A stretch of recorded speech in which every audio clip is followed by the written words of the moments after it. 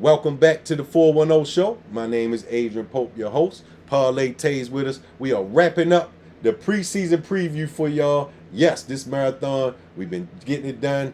I passed out last week getting it done, but like I said, we were going to finish this up because we have to get the people the information, Parlay Tay. How you doing again today, man? Wonderful, man. It's a good day. Good, man. I'm glad, man. You glad this marathon is over here, man? For now, yeah, but we'll get back into it because the season about to start and we got plenty of football. I know you love it, man. I know you love it, man. So look, we have to talk about the last division here, which I feel like is the best division in football. Parlay Tay, the NFC West. It comes with the Super Bowl champion from last year here and a bunch of other ones that are looking to win the Super Bowl this year that have made some improvements on their roster. Let's start with the Super Bowl champs, Parlay Tay, the Seattle Seahawks. What do you think about them, man? The Seahawks are still going to be a strong team. Defense won them that championship last year, mostly, and their defense is still one of the best in the NFL.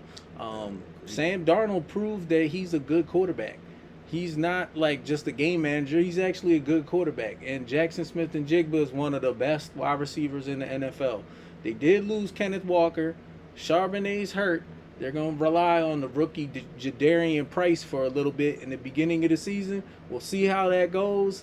I'm looking forward to watching him play. Haven't seen much from him yet, but we'll see how that goes. Charbonnet is supposed to be back towards the end of the season, and he was a pretty damn good back too. So tough runner. Yeah, so we'll see. I think Seattle's still going to be right there when it comes playoff time. Well, unfortunately, I don't share the same sentiments. I think losing Kenneth Walker is going to devastate them, and without Charbonnet in the backfield, relying on Price all year long, he hasn't seen no workload like that ever in the NFL. So I don't see good things. I mean, they're going to dial in on one guy on that offense. Sam Darnold's going to have some trouble, I think, this year. That's just what I'm thinking. I don't, and it's tough to repeat. Even though they did bring back a lot of that team, I almost feel like they got lucky last year some kind of way. I watched Seattle all year, and of course, Sam Darnold, when he's not seeing ghosts, I guess he can be just fine, but I still have this lasting impression of this man telling the coach that he was seeing ghosts on the field. And so I know if the pressure ramps up on him, that can be a thing for him. That must have been when he was with the Jets. It definitely was when he was with the Jets. It seems like when people go to the Jets, they all see ghosts out there. Yeah, something bad has. The ghosts of the Jets, right? All right, so moving on from Seattle, I mean, they're going to be strong, but I do feel like they're going to take a couple steps back this year with some of those losses that we just talked about. Now let's talk about a team and I'm almost scared to talk about, and I'll push them almost to the end of the preseason to even talk about them because they got some other stuff going on that's scaring me right now, and that'll be the Rams, man. The Rams have stacked the deck. They have all kinds of action for you, offense, defense. And speaking of the defense, I'll let you go after this. Aaron Donald, man, is working out with these people again, man. So it just got Myles Garrett. What do you think about this parlay? They also got Trent McDuffie from the Chiefs, so their defense is going to be good. We know what Myles Garrett can do. Aaron Donald, I mean, he hasn't played football in 4 years. He's not going to come back right away, but by playoff time, he could be a big difference maker. He's that great of a football player. So we'll see. It's probably going to take him towards the end of the season. But if he plays, he's probably going to make a difference. So I agree. The Rams, I mean, that offense is explosive. I really like Blake Corum as well as Kyron Williams. You got two really good running backs. We know you got Puka and Devontae Adams, probably the best wide receiver tandem in the NFL. And then you got Matt Stafford that just won the MVP, who's been doing it for, I don't know, for however long he's been playing. Seems like forever. 3 decades now, right? So, yeah, the Rams, I mean, on paper, they look like they're, unbeatable. But, it's going to come down to any given Sunday and with the way the ball bounces. I wouldn't say they're unbeatable at all. I mean, I know we had a recipe for success against anybody in the league. That I do know. We can run the ball. We can mix it up. So I'm not scared of that part of it. It just is a formidable foe there when you start talking about Aaron Donald, Myles Garrett, and the rest of those guys all out there on defense. That's going to be something. But with Vega blocking the way he was blocking, Myles Garrett, bring it on. We got a boy named Vega down here at the bank that can't wait to see y'all. I'm trying to tell you. All right, so I mean, yeah, I do feel like the Rams are going to meet us in the Super Bowl. That's been kind of my feeling all year, all preseason here, looking at everybody. They're ready to go. I mean, they bring back the team from last year, and then they added to it for the most part. So, yeah, man, they're definitely going to be something to be reckoned with out there. Now, let's talk about another team that's been kind of hovering around Super Bowl stuff, and that's the San Francisco 49ers, man. It seems like every year we talk about them, and they kind of like almost ready to get to the Super Bowl. What do you think about them? Still got Greenlaw, still got Fred Warner on defense. I like San Francisco's defense. And then, CMC is there. Brock Purdy, I think he's a little bit overrated, but we'll see. He's got some good wide receivers. They went and got Mike Evans, and they went and got Debo back. And they drafted the kid, DeJon Should have never let Debo go in the first place. Right. Stribling had a big game in his first preseason game. He was the first pick of the second round. So they got 3 wide receivers that are ready. Still got Kittle. So the offense should be good, but we'll see. I don't know if I believe in Purdy. I know they go as Purdy goes. They do have CMC, but we already know how many games is he going to actually play. That's always a thing. So if you're doing fantasy, you always check and see whoever the backup is for them, because that's normally who you stash. It's not Jimmy Garoppolo anymore. Yeah, no, I meant the backup running back. Oh, right. No, but I know it was a plethora of guys. Jordan Mason, all these guys were in the mix, and it just seemed like whoever you plug in the backfield with them, they end up giving you some numbers. So I'm already kind of looking at them for fantasy reasons because of CMC. But when you start talking about their weapons on offense, like you said, Brock Purdy that's it. He's serviceable. He's efficient. He gets the job done. If their defense can hold up, they'll definitely be making some noise out there. But once again, their division is so stacked that it's them beating up against each other all year. And we got one more team out there, which isn't the team that we need to worry about getting to the Super Bowl, and I would say the Arizona Cardinals. What do you think about their Super Bowl chances? There's a lot of changes, and their Super Bowl chances are non-existent. But I do like they did get Jeremiah Love. They did. They got Jeremiah Love. He looked ridiculous in that one preseason game. Hopefully, we get to see him play some more games. I know he has the high ankle sprain right now, so we'll see what he does.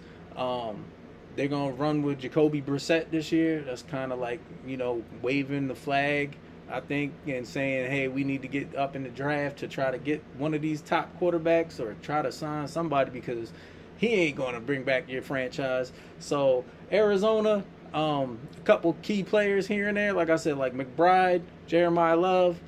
I don't know about Marvin Harrison Jr. He can't seem to put it together like his father. Yeah. I hope he does break out, but I haven't seen it yet. We'll see. I think Arizona's definitely going to be at the bottom of the division, though. Well, you hit the nail on the head there. They have a couple things going on, some storylines that we can watch all year, because one of the storylines we won't have to watch with them is them going to the Super Bowl. Jeremiah Love being hurt gives our boy, Jacoby Lane, a better chance of making the Rookie of the Year. So I'm glad that happened. I don't want him, the man, to be hurt, but I do want our chances to be a little bit better on that tip. I'm sitting here thinking, you mean to tell me Arizona didn't need Shedeur Sanders? But that's neither here nor there. So they rolling out. You some Shedeur. I'm just saying, it just doesn't make any sense to me how this man went in the 5th. Anyway, we're not going to talk about that. And then all these teams need a quarterback right now. They do. Literally, right now as we speak, they need a quarterback, right? And so, they have their tight end may be the best in football. I mean, every year he's catching almost 100 passes from whoever. They just throw him the ball and he catches the ball. So Arizona is a weird team. They do have some fight in there, but Marvin Harrison, if you don't do anything this year, sir, you're going to probably go down as one of the biggest busts in the NFL. I'm telling you, in the 410 show, we wish the best for you, but we do our homework down here, man. It's not looking good. So Jacoby Brissett, or maybe they trade for somebody. You know who I want them to trade for, but whatever. But it's got to be somebody throwing that man the ball out there to get him involved. I mean, if there's no quarterback, you can't expect him to do but so much. But he can't drop the ball either. So we'll see what happens. So that gets us to this point right here, Parlay Tay. Who you taking to win this division? I'm taking the Rams to win the division. I just think they just have just too much talent, too many good players. Yeah, the Rams I think will win the division. I got San Francisco coming in second, Seattle coming in third, and Arizona in last. Seattle and San Francisco going to be right there towards the end of the year, but I think San Francisco going to edge them out for second this year. I'm pretty much in agreement with you on that. I think the Rams is definitely going to take this division. Like I said, they primed and ready to go to the Super Bowl as far as I'm concerned. Seattle, they're going to take a step back. So they will be fighting that second or third position. However, I do feel like Pride, they'll get all the way to the second spot at least. San Fran, third. So they may all make the playoffs again. Who knows? San Fran, of course, coming in third. Arizona, fourth. So with that being said, now, best players in their position in this division here, fantasy or just in general, what do you think? In general, quarterback. We got to go with a quarterback. We're going to go with Stafford. I was about to say, I thought it was going to be a unanimous decision until you hesitated. I just wanted to make sure. I had to think of the teams. I was like, all right. Well, you could have maybe picked Sam Darnold. I don't know. I thought about it. Nah. Okay, all right. Good for him. Running back. What do you think about running back now? Running back, I'm going to go with CMC. Yeah, I mean, you want to say CMC, you have to give it to him. He has been performing, but with him, the injury thing always kind of worries me. I'm not ready to put. I'll go with McCaffrey. I'm not ready to put the boys over there from the Rams over top of him just yet. But CMC, if you can't make it past 4 games this year, man, I'm probably going to throw you back in 4th place here in the rankings. What do you think about wide receiver in this division? I need a 1A, 1B for wide receiver with Puka and JSN.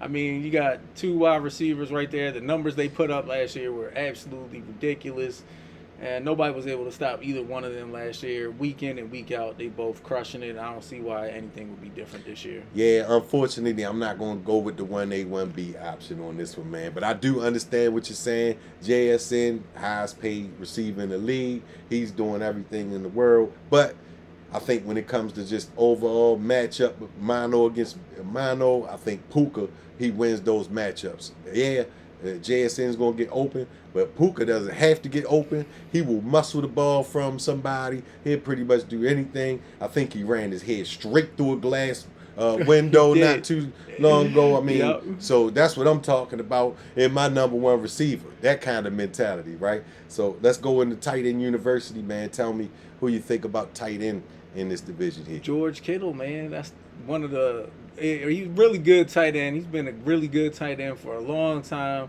Give me George Kittle as the best tight end in the world. Yeah, I mean, and he is the best hair over there in the 49er locker room, I guess, pause. So, I'll go with George Kittle. Plus, this might be his last year. I think he's pretty much like Travis Kelce. This is pretty much going to be their go-away party here this year. He may have another year, but I know he's been battling so many injuries. I think if they don't make it to the Super Bowl this year, I think he may hang it up, man. Well, Parlay Tay, it's been a marathon. I'm telling you, we've been delivering as much information to the people as we possibly can, y'all. We're tired, y'all, but that's okay. We're going to keep this thing going down here. Please cut them notifications on. We have all kinds of stuff for you to check out and plenty of things getting ready to come down the pipe. This is Fantasy Week here, so we're going to start talking about some fantasy football this week. Got to get ready for the 410 Show Fantasy Football League, y'all. Not even going to tell you who I'm picking number 1. Don't tell Parlay Tay. Why you got the number 1 pick? Yeah, I got to have the number 1 pick, man. No, I'm just kidding. No doubt. Please, if you haven't already, subscribe. If you have already, please like. And if you have done that, please share it with somebody. Let them know they need to share it with somebody. We need to get this show up. Don't you agree, Parlay Tay? Yeah. Subscribe. Tell some friends. Do whatever you got to do. I mean, lots of great content. Lots of good sports stuff going on. Got a lot of stuff going on in the community. Let's get this thing going. Let's go. I'm telling you, we're not going to stop down here. That's for sure. We're going to keep it going. We just getting warmed up, y'all. The season is here. You see all this purple behind me. You know that's what's going on. We ready? Don't forget the Orioles. They still rolling, so we can't forget about them. So we're going to have to maybe change course a little bit, Parlay Tay, and get back to the Orioles. We appreciate everybody for tuning in. We'll check you out soon.